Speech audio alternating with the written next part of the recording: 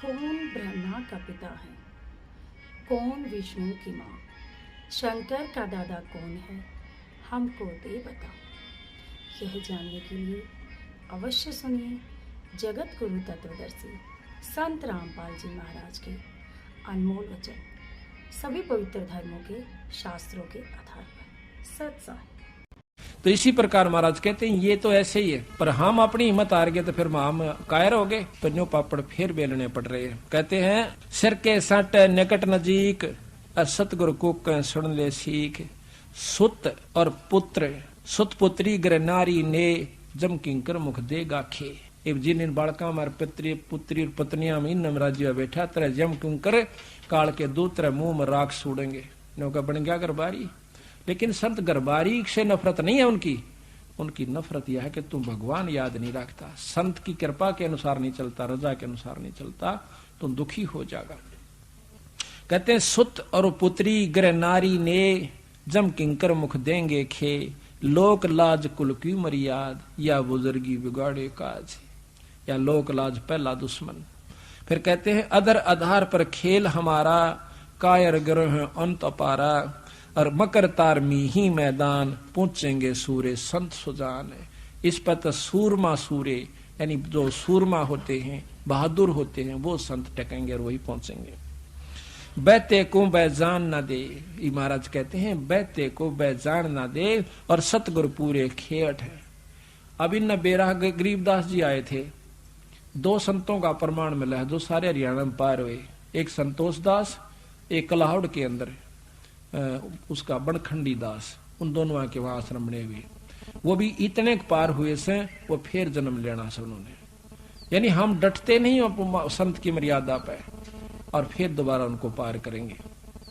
तो अब बताओ इब हम भी फेल होए ऐसा, हम तो कुछ भी जीव नहीं उनकी आंख सामने बंद भगवान खुद आए, उन पर विश्वास नहीं किया हमने, इसी प्रकार नहीं मानते क्योंकि हम फिर उन संतों के चक्कर में पड़े हैं जिनको बड़ी बड़ी जोटार लटार धारावाहिक वो चालान से तन्यों को नारा संत तो वो सब, ये तो एक साधारण जाट से, ये तो जमींदार मेरे हार, ये तो फलानी का दो छोरा से, ये तो जोता है ना हमारे गांव का। गरीबदास ने न्यों कहा करते राज वहां मंदिर बनाकर माथा टेकना सामने, नाक रगड़े से उसके आगे जा गए।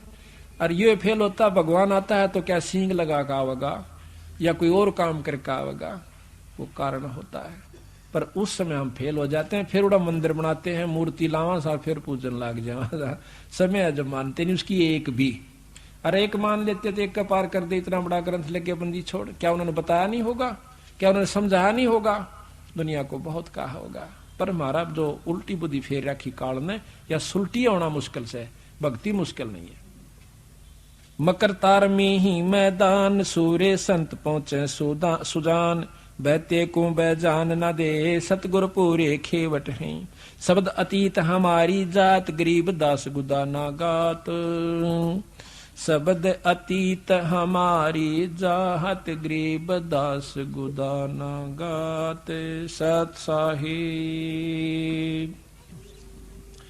बोल बंदी छोड़ कबीर साहिब की, बंदी छोड़ गरीबदास जी महाराज की, स्वामी राम देवानंद गुरु महाराज की जय,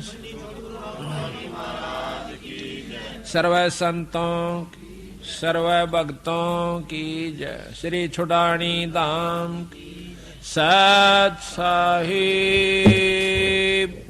गरीब नमो नमो सतपुरुष को नमस्कार गुरु के नहीं, सुर नर मुनि जन साधवा संतों सर्वस दीन नहीं, सतगुरु साहिब संत सब डंडो तुम परिणामे, आगे पीछे मध्य हुए तिनको जा कुर्बान, निराकार निर्विषम काल जाल भय भंजनम, निर्लेपम निज निरगुण अनुपबे सुन दुनम, सोहम सुरति समापतम सकल समाना नीरतल, उजल हिरंबर हरदम ऐथा है वार बार नहीं मद तम गरीब, जो सुमर सिद्ध होई गणनायक गलतान, अनुग्रह सोई पारस पद परवाना आज गणेश मनाऊं देवा चरण कमल लो लाऊं आद अंत करूं सेवा परम शक्ति संगीतम हृदय सिद्धि गत गुण यतीतम सतपुरुष निर्मोही जगदम्बा जगदीशम मंगल रूप मुरारी भक्ति मुक्ति भंडारी सुर नर मुनि जन जावे ब्रह्मा विष्णु महेशा शेष सहस मुख गावे पूजै आदि गणेशा इंद्र कुबेर सरीखा वरुण धर्म राय जावे समर्थ जीवन जी मन इच्छा फल पावे 33 कोट अदारा जावे से 88 उतरे भव जल पारा कट है यम के फांसी 33 कोट अदारा जावे से 88 उतरे भव जल पारा कट है यम के फांसी सत साहिब। बंदी छोड़ गरीबदास जी महाराज वह पूर्ण ब्रह्म परमात्मा सतपुरुष कबीर साहब की कृपा से आज सतगुरु गरीबदास महाराज की वाणी का खुलासे का आज ये चौथा दिन है। 16 तारीख है दिसंबर 97 की। बंदी छोड़ सतगुरु कबीर साहब ने वह उन्हीं के अवतार गरीबदास जी महाराज ने अपने सतलोक से आकर हम तुच्छ बुद्धि जीवों को असली परमात्मा की तरफ ले जाने की कोशिश की, जो कि मुक्ति के साधन है वो हमें बताने की कोशिश की और रह रहकर अपने संतों द्वारा यही प्रचार करवाया। और कोई भी जानकारी है वह सत्संग से होती है। सत्संग की आधी घड़ी तब के बरस हजार तो भी बराबर है नहीं न्यू कहें कबीर विचार। आप तीर्थ पर जाइए, तीर्थ पर क्या चीज है, जाकर अपना धोख लगाइए, कोई मांगे उसने 10 रुपये दे आइए, पानी में स्नान कर लीजिए, अगले की तरफ चालता हो लिए। ये वहां पर चाहे 68 तीर्थ घूमिया हो, यही प्रक्रिया हर तीर्थ पर मिलेगी, पर आत्मज्ञान नहीं है। आत्मज्ञान मिलेगा भी तो उनको ज्ञान मिलेगा तो भी वहीं तक मिलेगा कि 5.25 रुपये पितरा के काट दिए, 21 रुपये फलाना थारा सिद्ध से दादा उसके इधर दिए, खेत में एक मंडी बना दिए। इस तरह की जानकारी उन तीर्थों पर रहने वाले संतों से प्राप्त होती है। सत्संग में आने से ज्ञान होता है। मीराबाई के बारे में आपने ज्ञान है कि कितनी उपलब्धि मीराबाई ने की, पर वैसे ही नहीं कर ली। एक दिन में नहीं होगी बेचारी पर। पहले माँ का सत्संग सुना, माँ ने बताया बेटी कि एक दुल्हे को देखा जो कि उसकी सहेली का दुल्हा आया था। सहेली या पड़ोसन में कोई लड़की थी, उसका ब्याह था, तो वो सेरा सारा बांध कर ढोल बाजे बाजते हुए आए। तो उसने पूछा अपनी माँ से, माँ यू किसका क्या हो रहा है?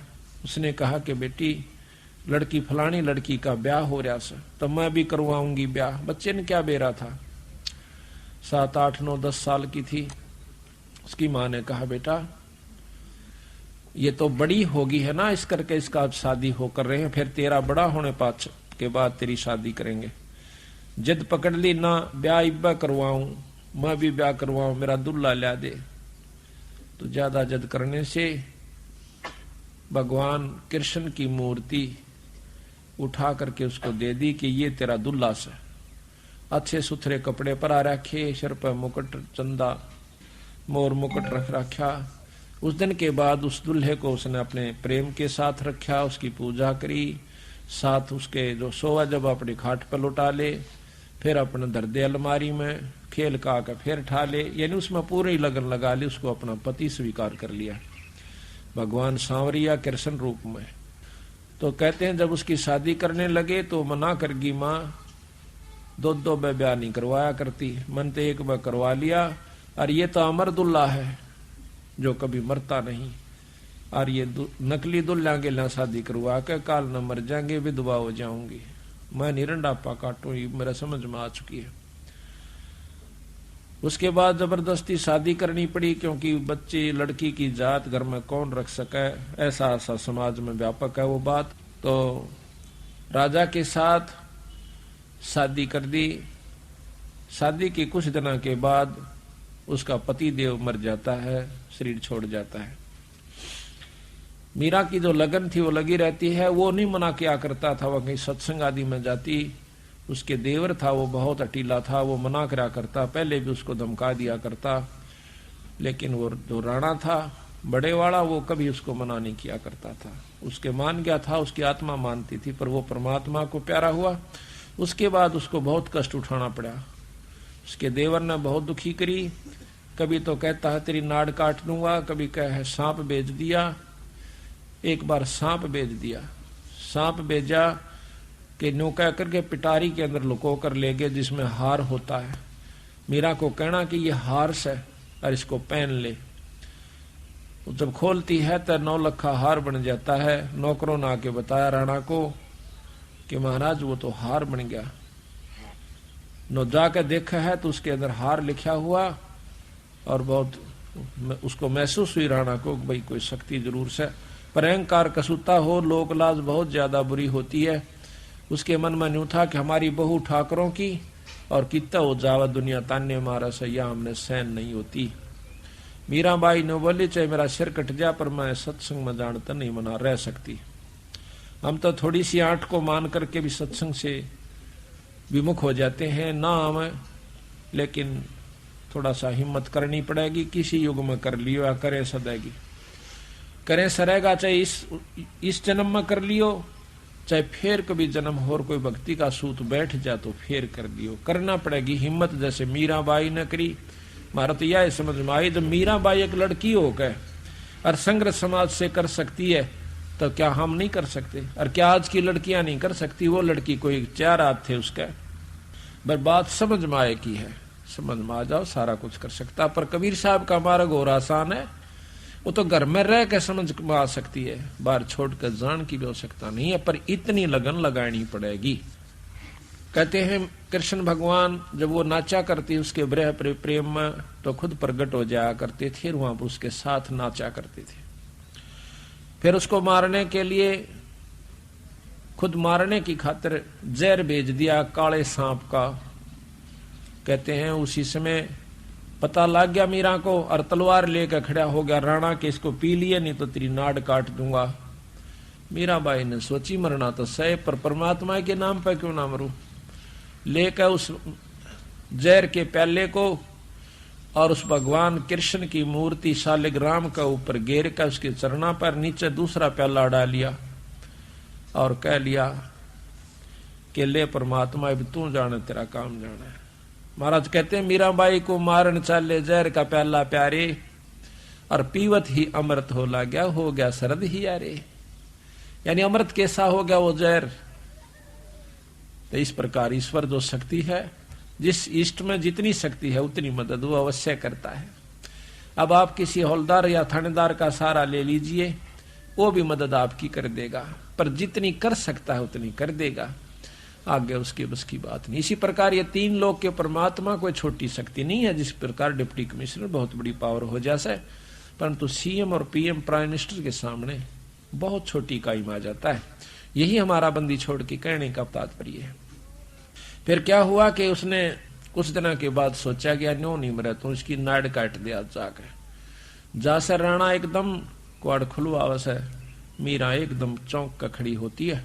जो ही वो दरवाजा खोलती है, खोलते ही एकदम काला सांप इतना मोटा और 2-4 फुट ऊंचा खड़ा हो जाता है सामने दरवाजे के। मां राणा के चुतड़ जाकर लागे, भयभीत होकर भाग जाता है। तेग कीता गई वो कीता गया, छोड़ कहा गया। उसके बाद उसने सोचा कि या तो भाई कुछ अजर शक्ति है, पर इसके लिए क्यों बहस करी। तो मीराबाई वहां से, क्योंकि उसने सत्संग सुना एक दिन सतगुरु कबीर साहब का, सतगुरु महाराज की अनुसार उसने संत सत्संग कर रहे थे। उन्होंने जाकर सुना। वो सत्संग तो वह पहला भी सुना करती थी, परंतु ये सत्संग सुने पाछा उसकी आत्मा में चेष्टा हुई, नो कहे परमात्मा तो और इस कृष्ण से भी ऊपर है।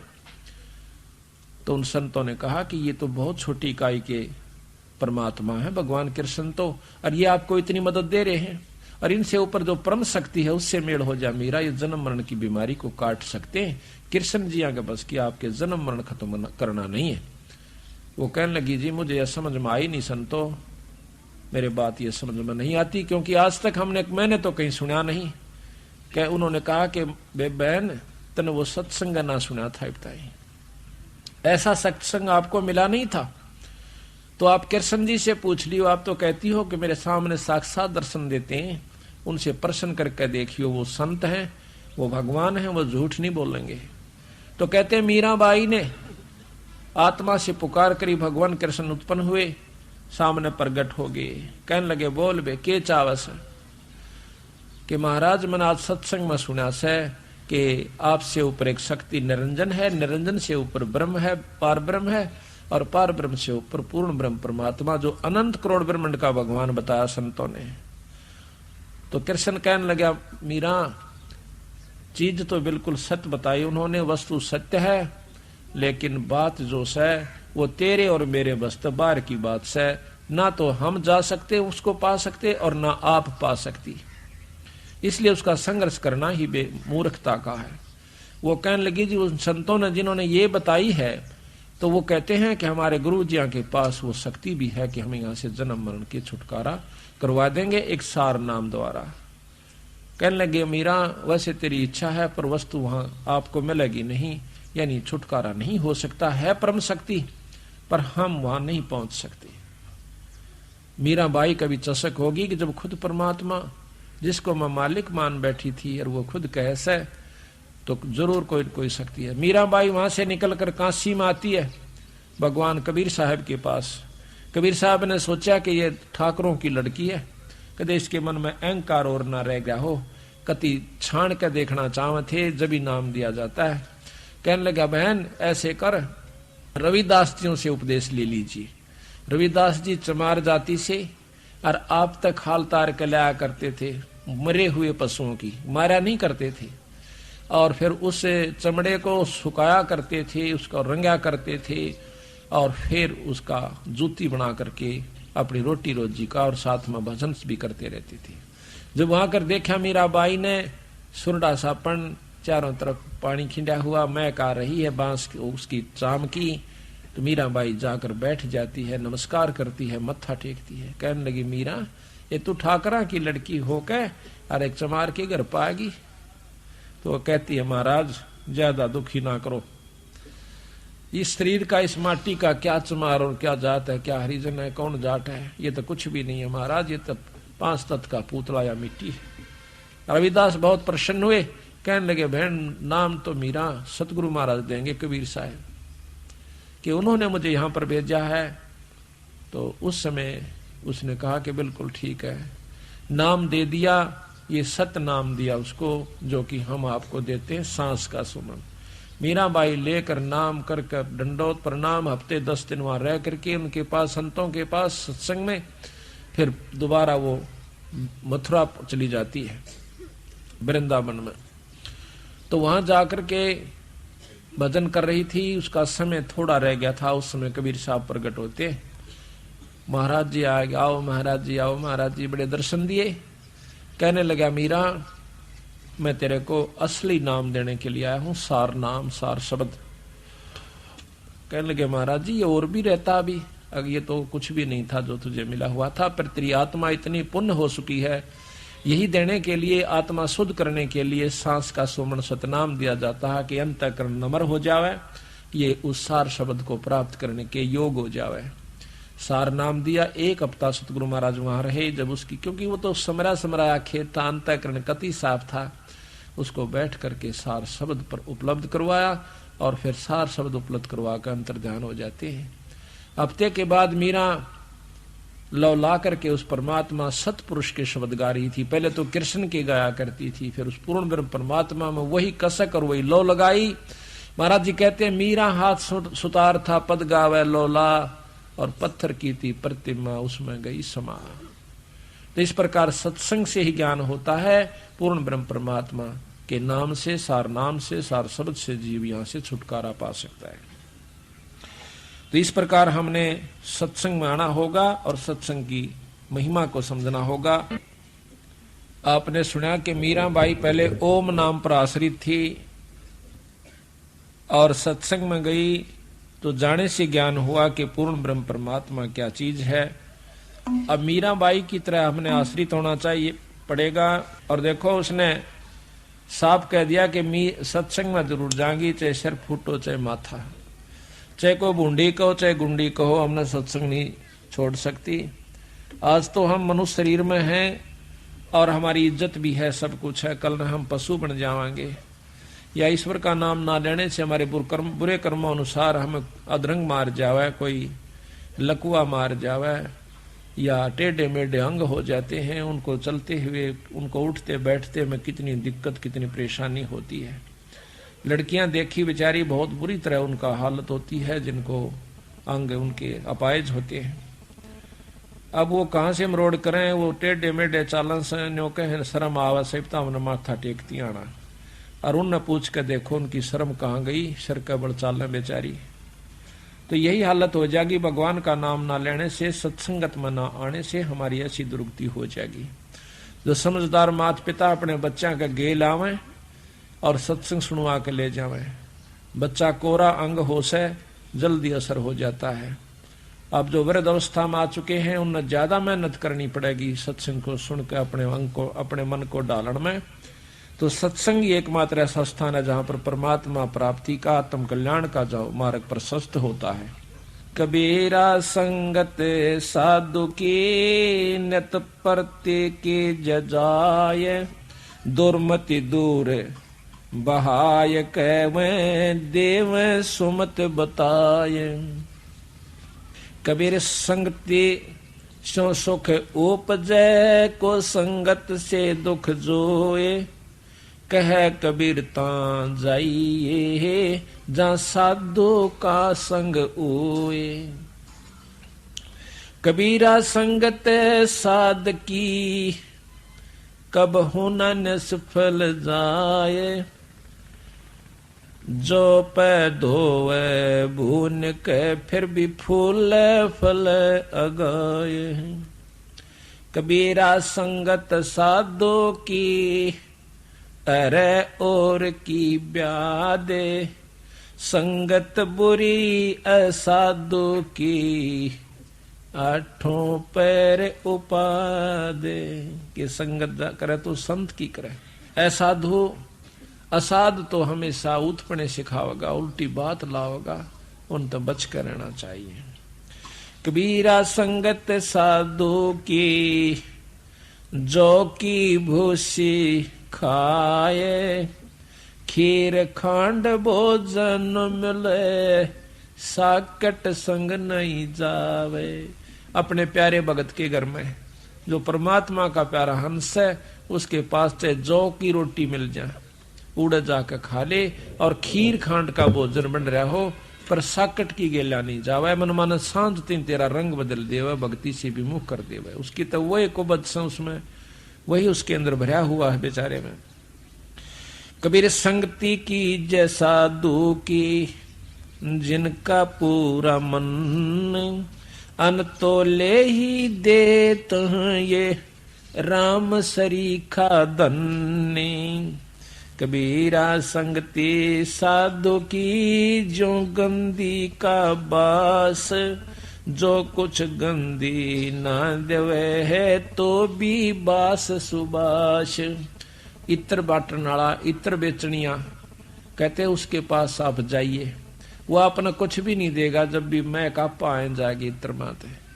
इसी प्रकार संतों के पास जानते हैं, कोई न कोई बात विचार विमर्श उनकी सुथरी बनेगी। आपस में जब बतलाते होंगे तो भी उनके पास बैठ जाइए, आपका जरूर कुछ ना कुछ पल्ला पड़ जाएगी, आपकी आत्मा में कसक हो जाएगी, आपको बहुत न कुछ बहुत लाभ मिलेगा।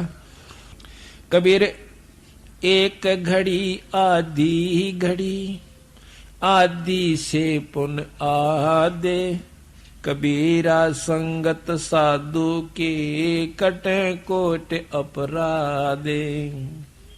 कबीर संगते साधो संगत अंतर पड़े, ये मत कभू न ओए, कह कबीर तिम लोक में सुखी न देखा कोई। के संत रामपाल जी महाराज से जुड़े रहने के लिए God is one, Kabir is God channel को सब्सक्राइब करें। सत साहिब, सत साहिब।